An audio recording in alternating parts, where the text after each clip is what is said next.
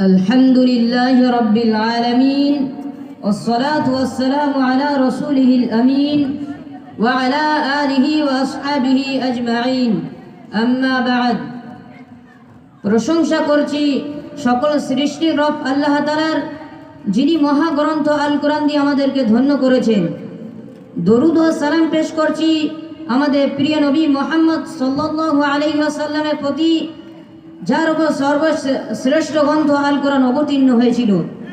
সেই সাথে উচ্চ মর্যাদা ও উত্তম জাযা কামনা করছি তাদের প্রতি, যারা ইসলাম ও কোরআনের জন্য নিজেদের জীবন উৎসর্গ করেছেন।